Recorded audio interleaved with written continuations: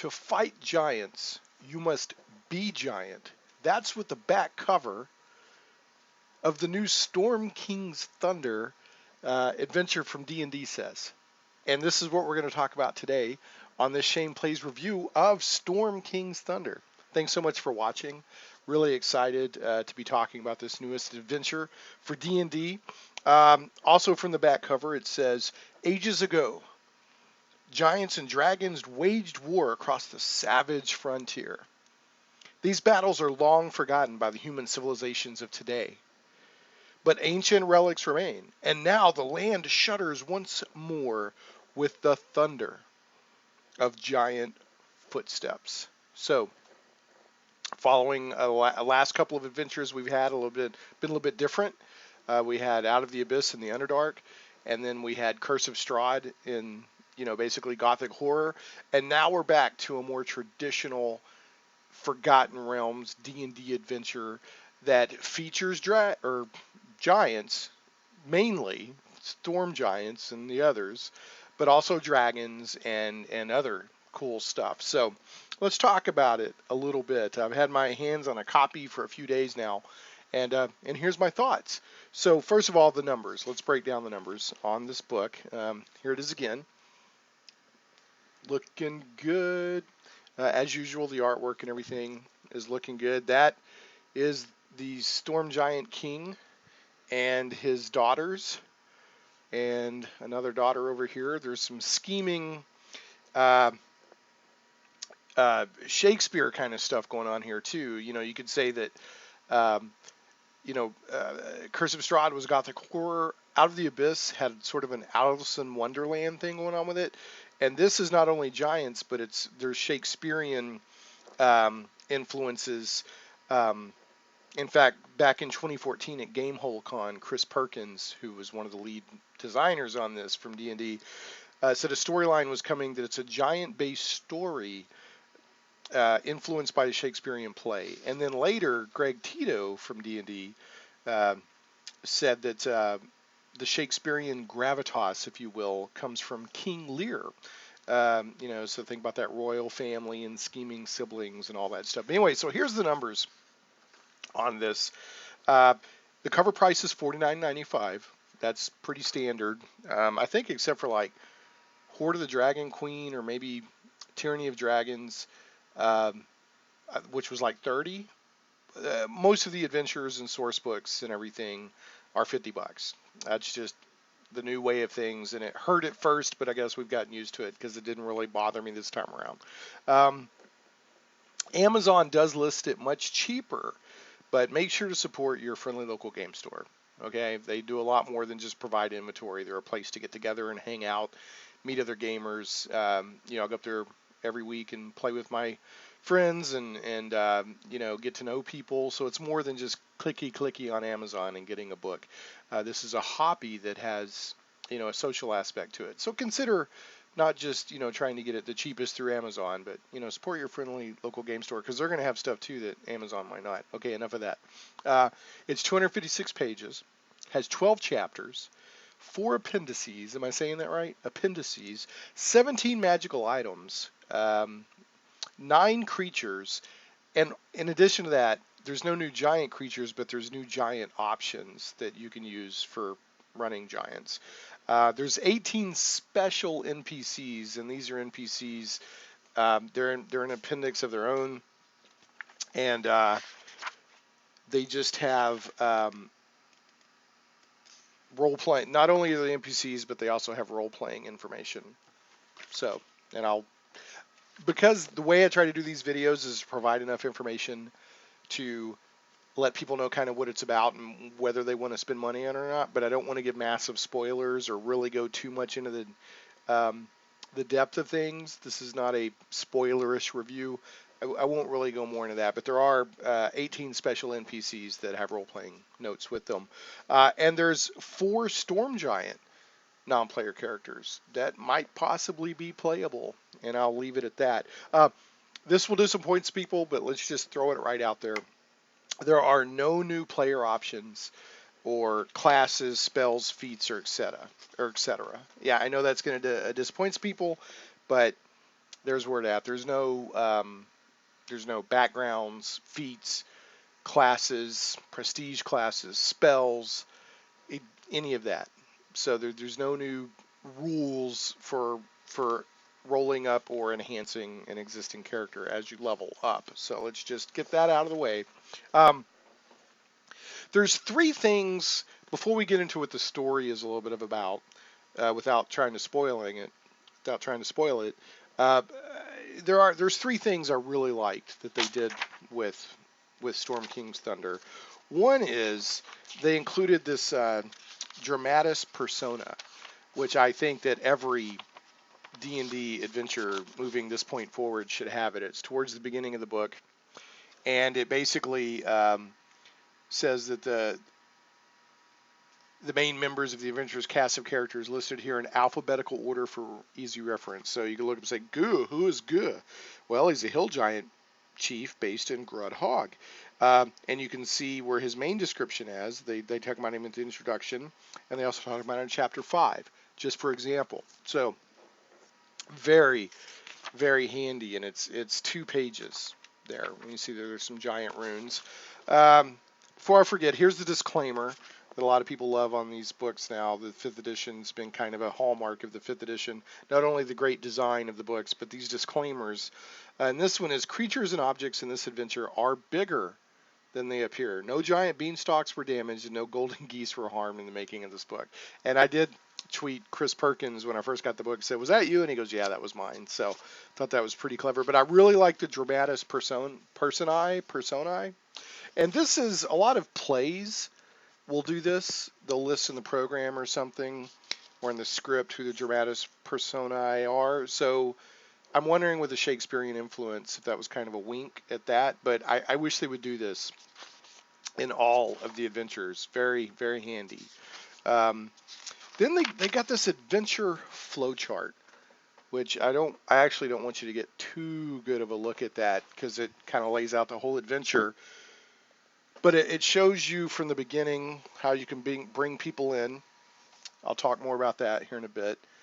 Then it goes to, the different chapters, choices they may have.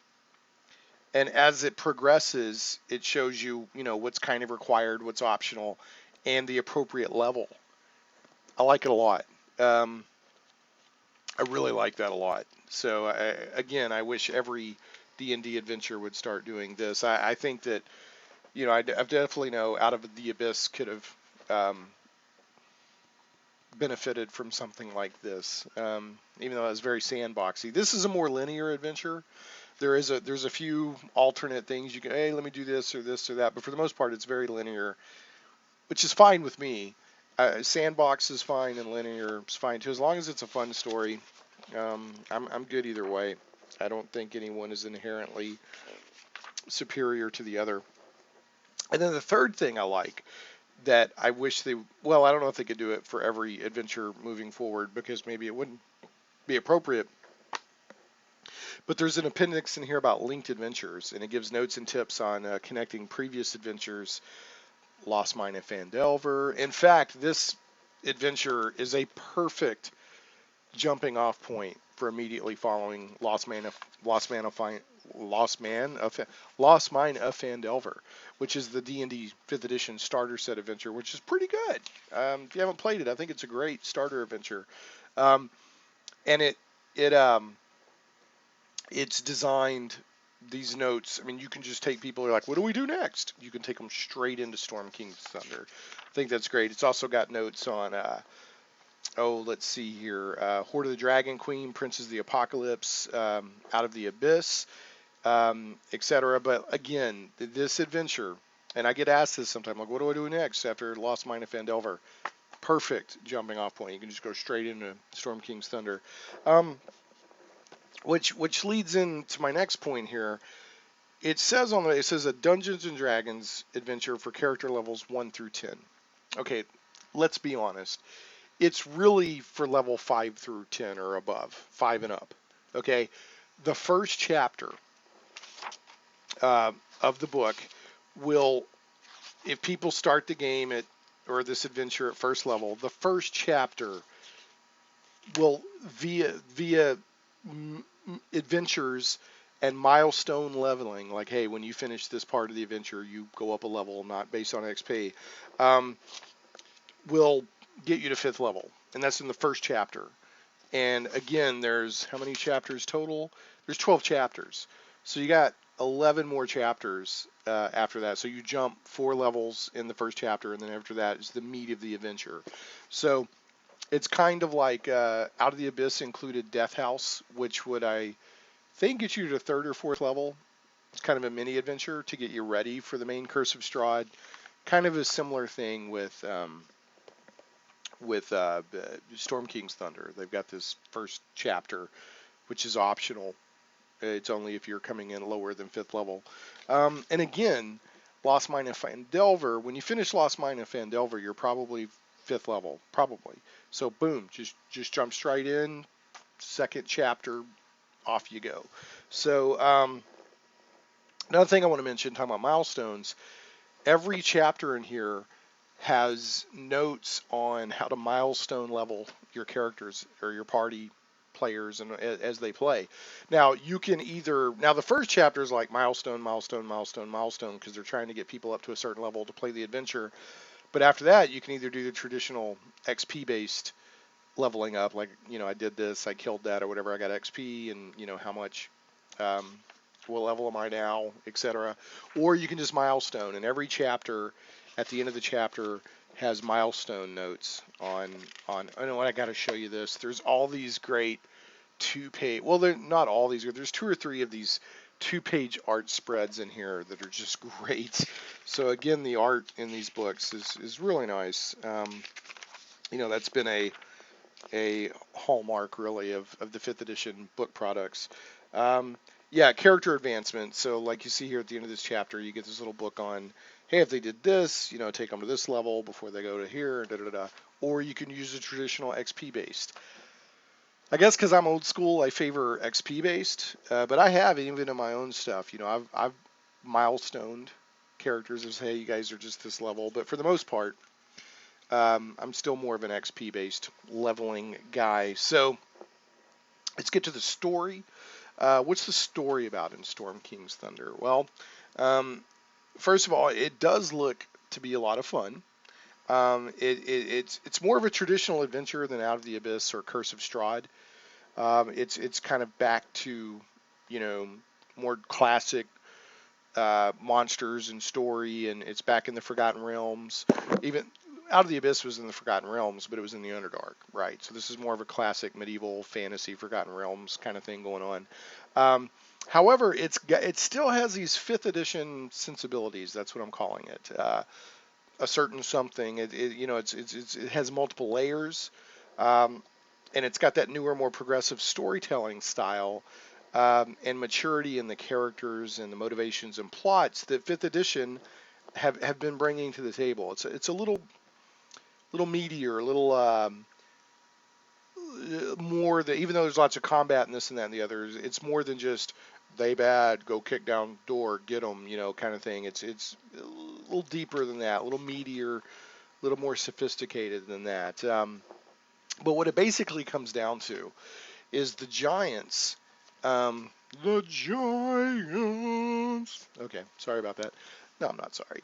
Um, they have this thing called the Ordning, Ordning, and that is sort of a caste system or a hierarchy of the different giant types with Storm King or Storm Giants on top, who are good giants, and then Hill Giants on the bottom, and then everybody in between. You got Cloud Giants, Stone Giants, um, all these different kinds of giants, true giants. Uh, and that ordning has been shattered by the giants' deities. So it's been in place forever, and it's just been how it is. But the deities, for reasons that are outlined in a book, has bam and shattered it. So all of these different giant types are they've got these plots and strategies that usually involve destruction and death to the small folk in the uh, in the Forgotten Realms, so that they can be on top as this new order emerges. So, and of course, the storm giants who've been on top are trying to keep their place and all that. So, there's lots of factions and intrigue and this and that and the other and greedy this and people competing, and that spills over, of course, into the world of the small folk, which is pretty much every other race, in the Forgotten Realms and D&D. And in the middle of all this, there's intrigues are going on which are turning even the good giants against the small folk. And in the middle of all that, dragons, who are classic enemies of the giants, are looking to take advantage of this situation as it unfolds and use it against their old enemies, the giants. And is there yet another older, more powerful force lurking in the shadows and shaping events as well? Perhaps, perhaps, but I won't say anything more about that. It is worth noting that this is set in the Forgotten Realms, but almost all of it is in the north/Savage Frontier region. Players will even get to hang out in Bryn Shander, very famous location if you've kept up with either the novels or game stuff for D&D for several decades now, and the Ten Towns area. So we're talking, Crystal Shard and all that area. I do want to point out that Storm King's Thunder is not an update or retelling of the classic Against the Giants module from, I think it was a tournament module in 1979, but I think, it issued out to everybody or something like that in 1981.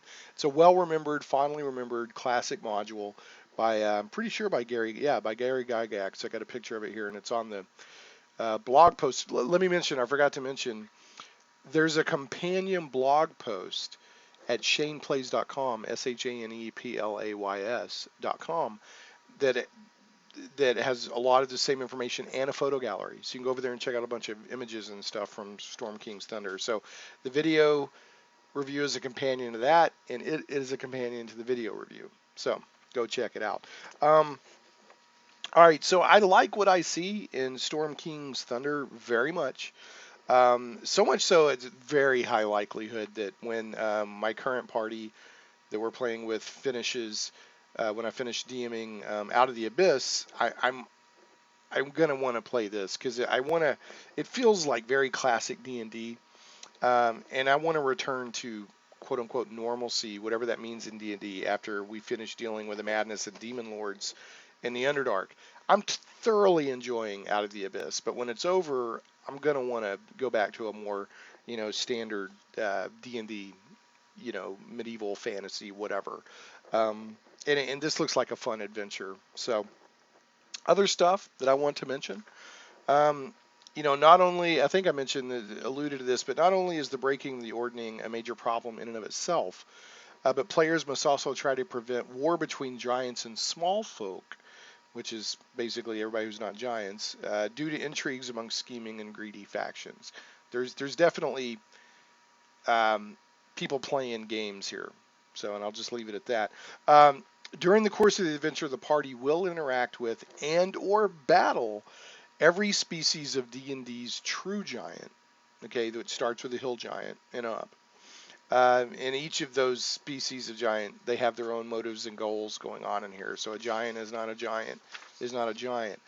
There are many giant lords outlined in the book, and there's notes and tips on creating your own giant lords to expand the adventure if you want to. If you're really having fun with it and you're like, hey, we want to deal even more with these giant factions and their lords and all that, there's tips on doing that. Venues for encounters run a very wide gamut. I mean, from snowy mountains to raging seas to castles in the sky and more. So don't let just the Savage Frontier concept be like, oh, it's just going to be snow and mountain. No, there's more to it than that. Don't let it lock you into a certain vision of what this adventure looks like. Several of the magic items, and I want to highlight this because, I've been asked and I've seen other people ask, well, what about rune magic? Because it talks about there's rune magic in Storm King's Thunder, and of course in Unearthed Arcana 5th edition, they've been talking about rune magic and player classes and abilities related to rune magic. Okay, all I've seen is there's several magic items that are rune magic items. And they're cool on their own, pretty powerful, but they allow you to transfer to the rune to a place, a location, or to another object. But when you do that, it destroys the original rune magic item. There aren't any rune magic character options. Like I said earlier, there's no new character options that I see anywhere in this book, and I've seen other people say the same thing. There isn't any. So, the Wyrmskull Throne. This thing, I don't know if you can see that right there or not. Go to the blog post at shadenplays.com and take a look at this picture. The Wyrmskull Throne. It's like an artifact magic item. It's sweet like a mug. It's sweet like a mug. I mean, I love this thing. It just feels so cool. So. I can't wait to use it as a DM, and if I was a player, I would absolutely want this thing. I don't know what DM would let a player have one, but at least especially not at lower levels, but I think this thing looks great. Players will be able to fight both with and against giants, and there's a really cool NPC giant called Harshnag that I think people will like. But they can fight with and against giants. There's a possibility of playing giant NPCs up to the DM. And you know how he wants to do things, but it's included in the rules. And they can also, and I'm not going to say anything more about this, I'm not going to say how or why or whatever, they can become giants themselves. So that's pretty neat. This is very important. There are yak folk. I repeat, there are yak folk. This is not a drill. There are yak folk. There's yak folk warriors, yak folk priest. There you go. Yak folk. Why not, right? Storm King's Thunder does continue the 5th edition trend of excellent design and artwork. And in fact, there are some nice 2-page art spreads that are just fantastic. And I'll see if I can find another one. I showed you that other one a second ago. Let me look here and see if I can find. Yeah, there's another one. Those are sweet. Come on, those are sweet. You gotta love those. So, all right. So, I like this. I'm glad I have it. I want to run it. I've enjoyed looking at it. I'm glad to own the book, to have all this, information about the different giant factions and all this stuff. I think it's cool. So far, I've been pretty impressed with just about everything that 5th edition's put out. I haven't bought or reviewed or really even looked at Horde of the Dragon Queen or Tyranny of Dragons. I know a little bit more about Princes of the Apocalypse, but everything else I bought, read, looked at, reviewed, and I mean I'm really impressed with the quality value, or the quality of production values and the art value and the design and the quality of writing. I think Chris Perkins and the others are knocking it out of the park. I think Mike Merles is doing a good job heading things up over there for D&D at Wizards of the Coast. So after having said all these great things, do I have a beef? I do. I have a beef. If I have to have a beef, which I decided to have one. If I have one with Storm King's Thunder, it's not really with the product itself. It's more with what appears to be Wizards of the Coast content strategy for 5th edition. They're keeping it all pretty much Forgotten Realms, right?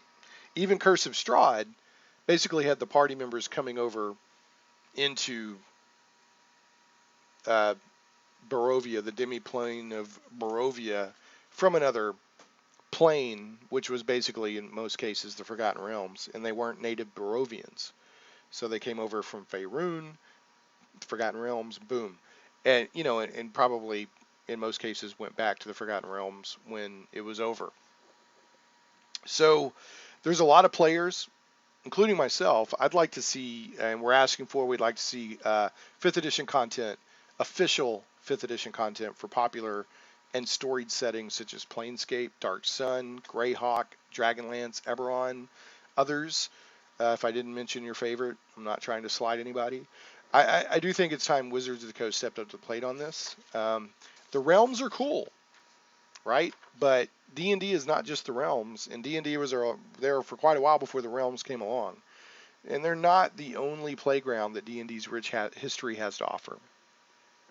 5th edition has been with us for long enough now, and we've had enough product produced for the Forgotten Realms.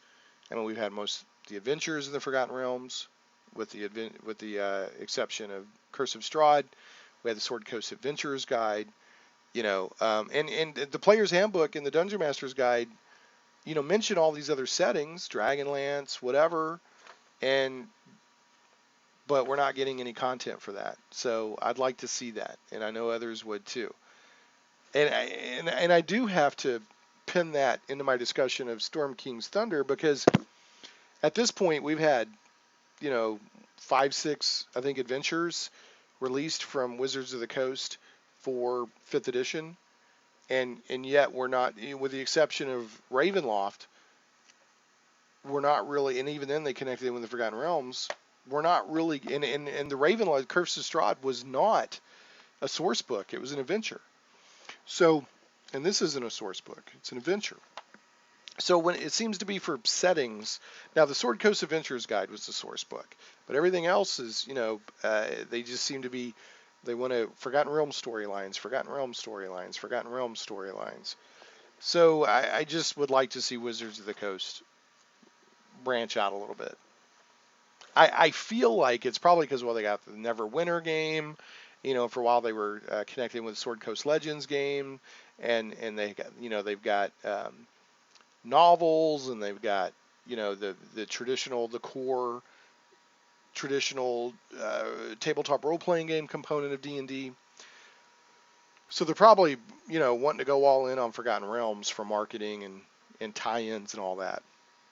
But to be quite honest, as a customer, as a player, I don't care about the business side. I'm just saying what I want, and I know that others want, as players, as customers. So, and I just, here we go, Storm King's Thunder, very cool, but yet another Forgotten Realms product. So anyway, I digress.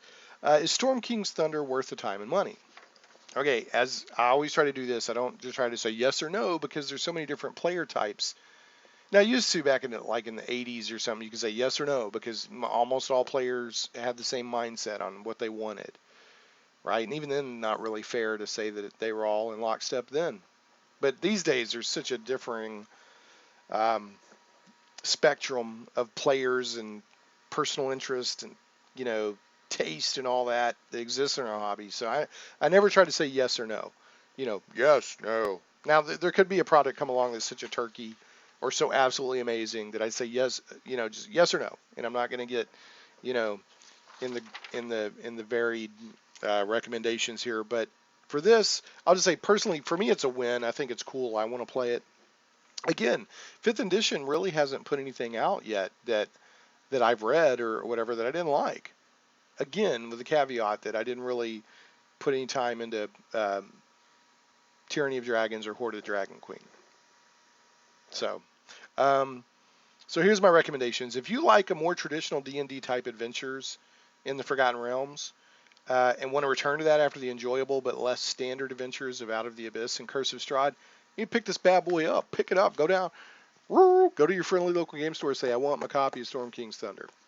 All right. If you're a fan of giants in fantasy and in D&D, then again, pick this bad boy up. Grab it. Even if you never play it, you'll like all the background info and the artwork and all the cool stuff on giants and, that.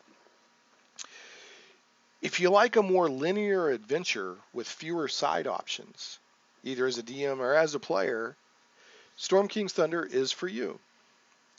Now, if you love the more sandboxy approach, like Out of the Abyss and not Ravenloft, Curse of Strahd, where you're going to be a little bit disappointed with Storm King's Thunder. That doesn't mean there isn't a rich adventure to be had here, and there isn't a lot of stuff going on, but it's nowhere near as sandboxy. You don't just go, which way do I want to go? I want to go that way.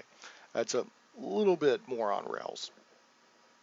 All right, now, if you are tired of the Forgotten Realms and more traditional fantasy adventures involving classic monsters like giants and dragons, and you're just gasping for a different setting like Dark Zone or Planescape, Storm King's Thunder probably isn't for you. I mean, that's my feeling. And last, if you're looking for a great jumping off point after the Lost Mine of Phandelver in the 5th edition starter set, this is the perfect adventure to pick up. I give kudos to D&D for doing that. just boom, lost. There's a perfect jumping off point after lost mine and found Delver. So hey, that's it. That's my thoughts on it. I think it's cool. I like it. Thanks for listening and thanks for watching. Make sure to check out the companion blog post and the photo gallery that's there. There's I think close to 30 pictures over there or something like that. You can go check out. Um, if you haven't subscribed to the channel, please do so.